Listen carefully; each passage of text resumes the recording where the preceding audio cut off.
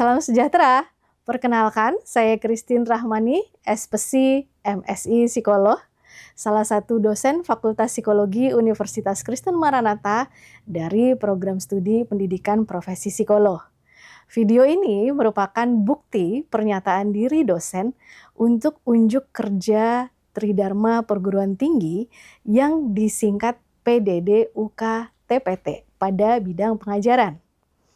Di program profesi, saya mengampu salah satu mata kuliah, yaitu program pendidikan profesi psikologi, layanan psikologi profesi psikolog umum, yang disingkat LPPPU pada semester 2. Di mana sebelumnya pada semester 1, mahasiswa sudah menempuh mata kuliah asesmen dan intervensi psikologi pada latar layanan kesehatan, pendidikan, latar layanan tempat kerja, dan juga komunitas. Pada mata kuliah layanan psikologi profesi psikolog umum atau disingkat dengan LPPPU, dalam latar layanan komunitas merupakan pembelajaran berbasis praktek kerja profesional, di mana praktikan atau di sini mahasiswa terlibat langsung dalam proses layanan psikologi pada kelompok dan juga komunitas. Praktikan menjalankan seluruh tahapan layanan psikologi secara utuh yang meliputi perumusan permasalahan komunitas, melakukan asesmen psikologis berbasis psikodiagnostik, analisis dinamika kelompok dan komunitas, melakukan perancangan dan pelaksanaan intervensi berbasis kelompok dengan pendekatan preventif, promotif maupun kuratif. Evaluasi berbasis data, serta penyusunan laporan profesional yang didasarkan pada Kode Etik Psikologi Indonesia. Pendekatan dalam mata kuliah ini menekankan pada pemahaman kontekstual, pemberdayaan komunitas, serta keberlanjutan intervensi. Capaian pembelajaran lulusan atau yang biasa disingkat dengan CPL, diharapkan praktikan mampu melakukan psikodiagnostik dalam komunitas secara sistematis, menganalisis dinamika kelompok dan komunitas, merancang dan melaksanakan intervensi psikologis berbasis kelompok, mengevaluasi intervensi berbasis data, dan yang terakhir, menyusun laporan profesional. Pada CPMK, praktikan mampu melaksanakan layanan psikologi dalam latar layanan komunitas secara utuh melalui proses asesmen, perancangan, dan pelaksanaan intervensi berbasis kelompok, evaluasi, serta penyusunan laporan profesional berbasis data. Saya akan menjelaskan sub CPMK pertama, asesmen psikologis komunitas. Di sub CPMK yang pertama, praktikan mampu merancang dan melaksanakan asesmen psikologis dalam komunitas secara sistematis dengan merumuskan tujuan asesmen menggunakan berbagai metode. Bisa menggunakan observasi, wawancara, focus group discussion, PRA, sosiogram, psikoetnografi, netnografi, dan lain sebagainya, serta menganalisis data secara psikodiagnostik untuk menghasilkan pemahaman yang komprehensif mengenai permasalahan komunitas. Capaiannya, praktikan mampu menghasilkan kesimpulan asesmen yang valid dan dapat digunakan sebagai dasar dalam perumusan tujuan intervensi. Pada sub CPMK yang kedua, praktikan mampu merumuskan tujuan intervensi berdasarkan hasil asesmen, merancang dan melaksanakan intervensi berbasis kelompok dengan pendekatan preventif, promotif, atau kuratif menggunakan metode psikoedukasi dan experiential learning, melakukan evaluasi berbasis data, serta menyusun laporan profesional yang sistematis dengan berdasarkan kode etik HIMSI. Capaiannya, praktikan mampu menunjukkan bahwa intervensi yang dilakukan memiliki dasar teoritis, pelaksanaan yang tepat, serta hasil yang dapat dipertanggungjawabkan secara ilmiah. Saya akan coba sampaikan materi di dalam setiap pertemuan. Pada pertemuan pertama, mahasiswa dalam hal ini disebut dengan praktikan, mengikuti orientasi praktek kerja di setiap lokasi yang sudah ditentukan untuk memahami peran profesional, etika, serta alur layanan psikologi dalam latar layanan komunitas. Pada pertemuan kedua, praktikan mulai melakukan masuk ke komunitas yang dituju dengan membangun hubungan awal dan memahami konteks sosial komunitasnya. Pada pertemuan yang ketiga, praktikan melakukan observasi terhadap dinamika kelompok dan interaksi sosial dalam komunitas tersebut. Pada pertemuan yang keempat, praktikan melakukan wawancara untuk menggali pengalaman dan permasalahan yang dialami oleh anggota komunitas. Pada pertemuan yang kelima, praktikan menyusun tujuan asesmen dan merancang strategi asesmen yang akan digunakan. Pada pertemuan keenam, praktikan melaksanakan asesmen lanjutan dengan beberapa metode seperti focus group discussion, PRA, observasi, wawancara, atau teknik yang lainnya. Pada pertemuan yang ketujuh, praktikan melakukan analisis data secara psikodiagnostik untuk memahami bagaimana dinamika yang terjadi pada komunitas tersebut. Pada pertemuan yang kedelapan, praktikan menyusun laporan asesmen dan menarik sebuah simpulan sebagai dasar dari intervensi yang akan mereka coba rancang kemudian.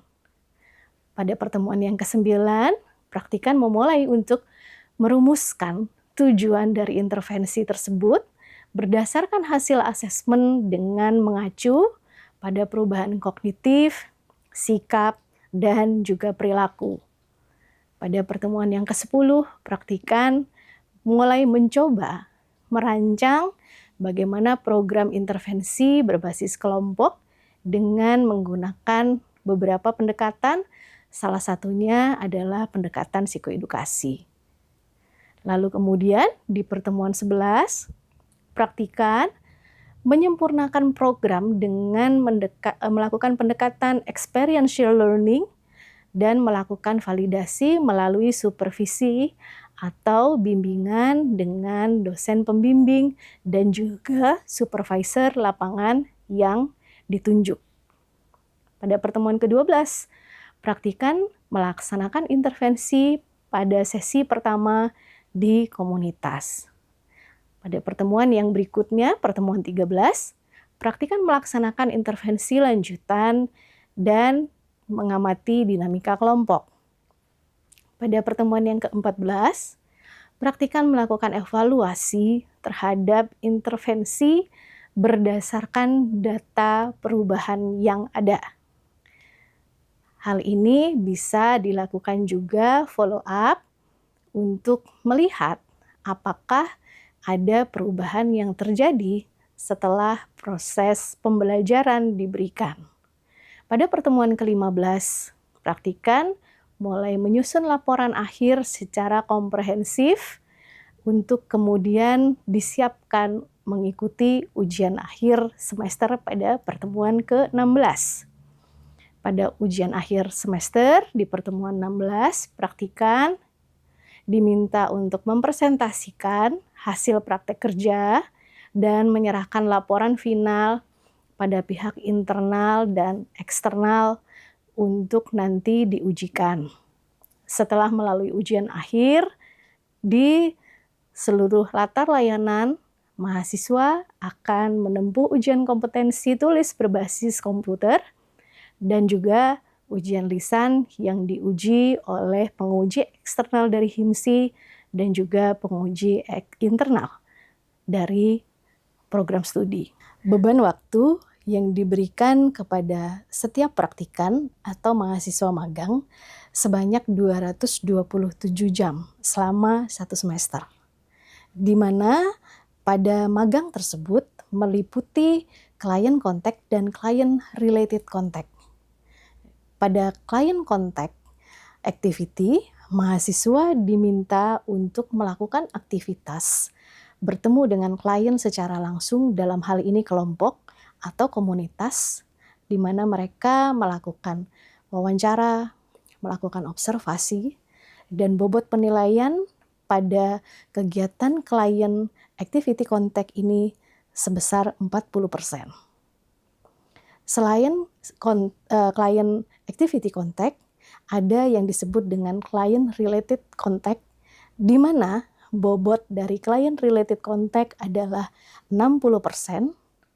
Mahasiswa sebagai praktikan diminta untuk melakukan aktivitas bersama komunitas dan juga dengan supervisor lapangan serta supervisor administratif, juga dengan dosen pembimbing di kampus.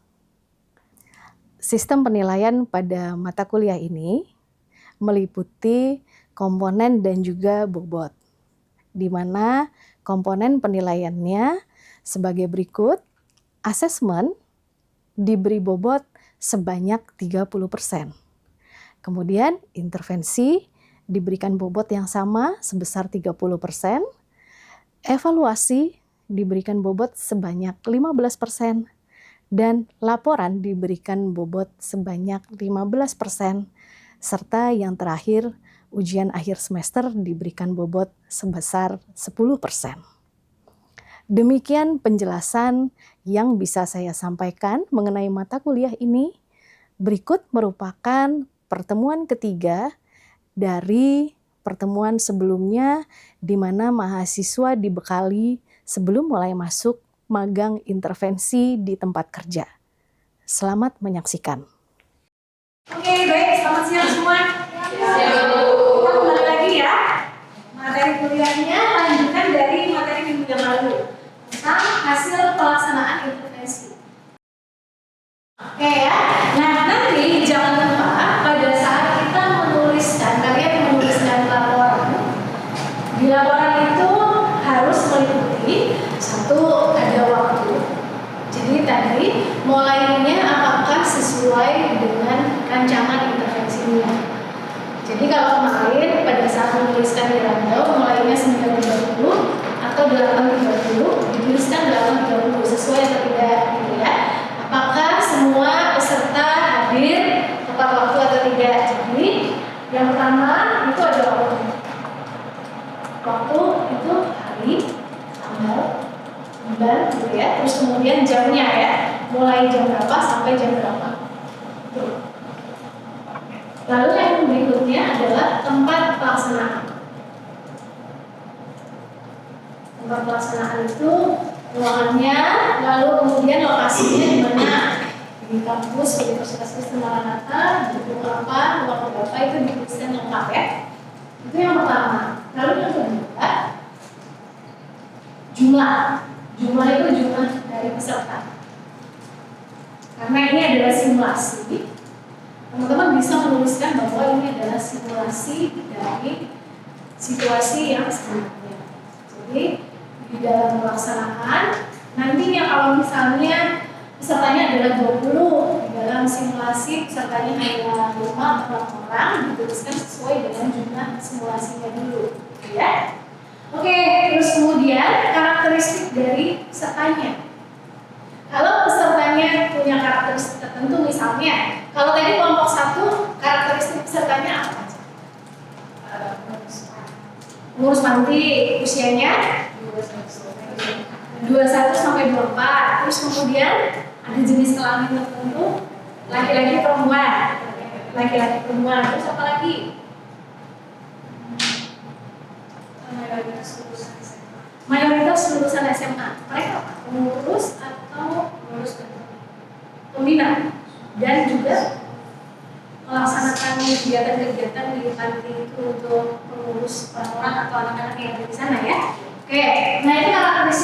semua ditulis lengkap.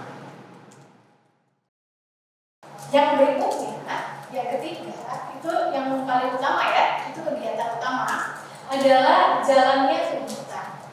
Nah, untuk melihat jalannya kegiatan, dituliskan sesuai dengan ragam. Jadi kalau ragam itu dihafal. Kalian tadi ingat ya? Di pertama kali Tiara tadi ngapain aja pada waktu pertama kali? Pembukaan, kenalan.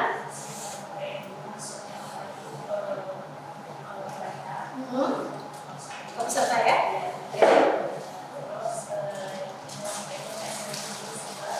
Ada yang speaking tadi? Oke.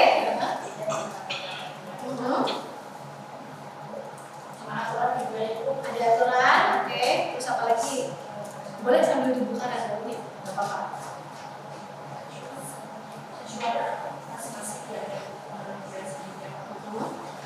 Terus? Kurang lebih berapa lama? Pretest. Tes berapa lama aja total waktu? 8 menit sambil peserta mengerjakan pretest juga. Oke. Terus setelah itu apa?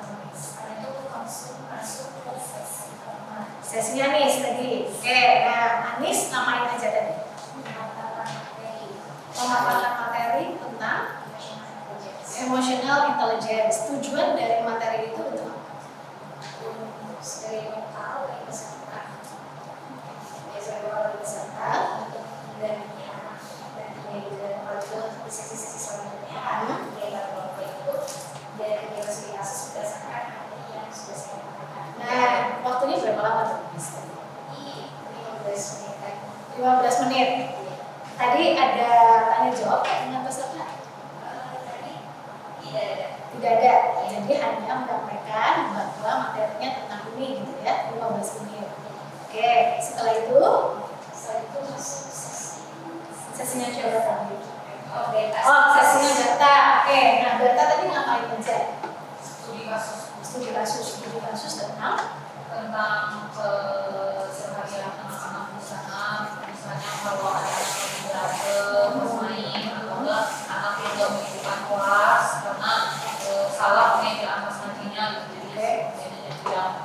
Oke, jadi tadi ada berapa kasus yang disampaikan? 3 kasus. Masing-masing kelompok mengerjakan ketiganya. Oke, berapa lama itu? Satu kasus dibutuhkan waktu berapa lama? Satu kasus 5 menit, berarti 15 menit. 5 menit untuk diskusi, terus kemudian mereka presentasi. Tadi sih nggak presentasi satu-satu, tapi ditanya insight di mana itu apa risiko kasus. Oke, tadi kan ada 3 kelompok ya? 2 kelompok, jadi semuanya mengerjakan 3 kasus artinya digabung. Oke, semuanya mempresentasikan itu. Nggak presentasi satu-satu, tapi langsung ditanya aja poin pertama dari hasil diskusi.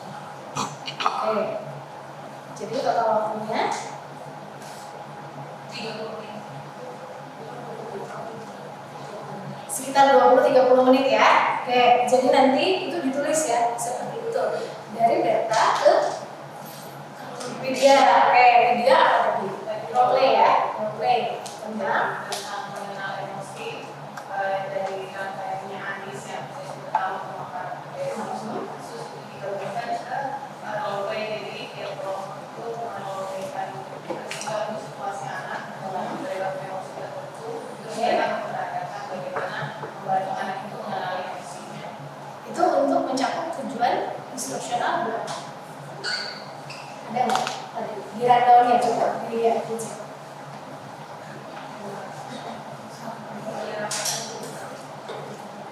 TK yang mana?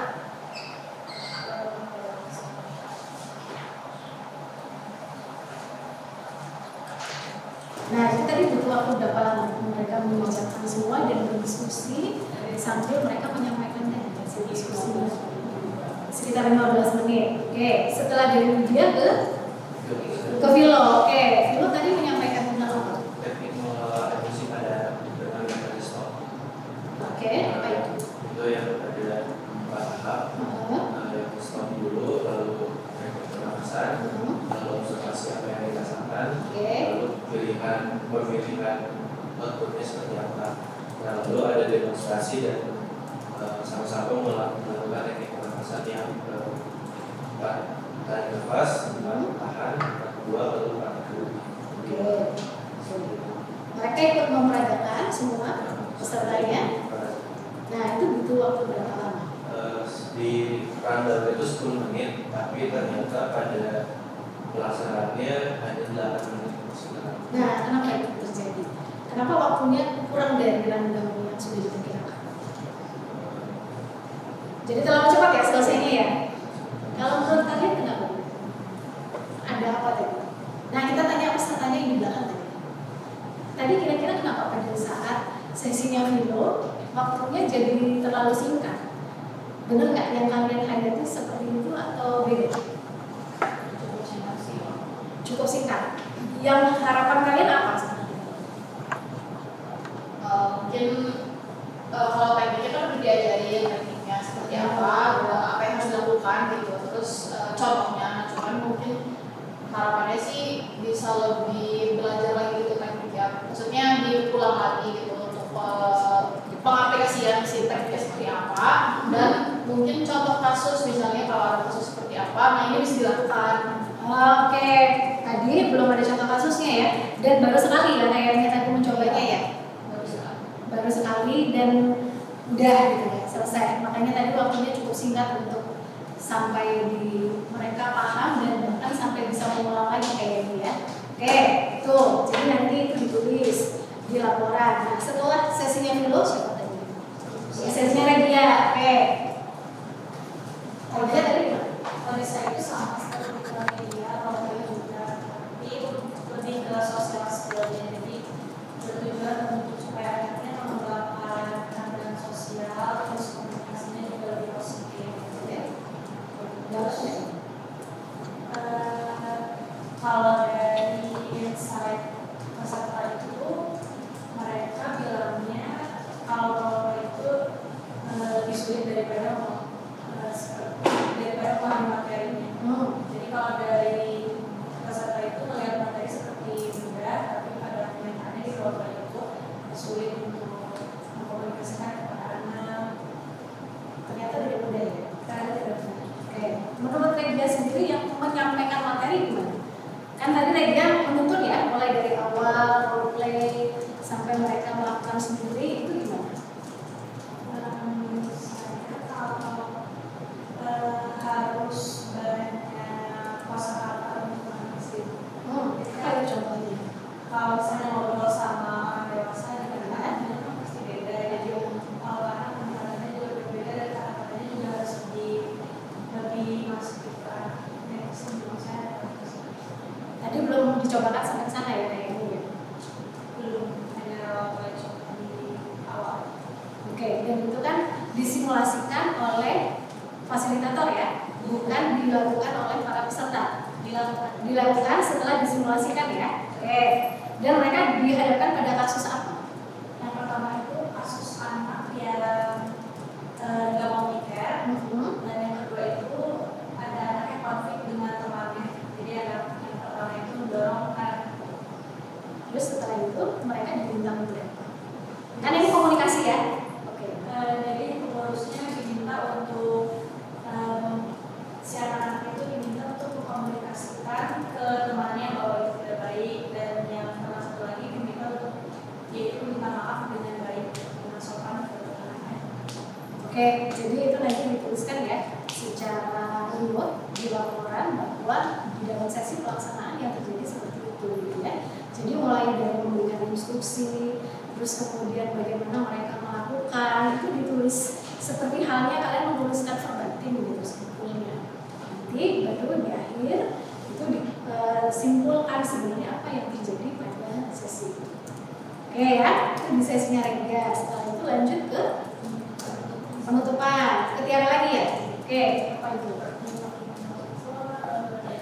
Ada proses itu kita evaluasi kegiatan dalam kemudian kita proses dulu. Kenapa sih? Proses itu kita mengucapkan terima kasih Bu untuk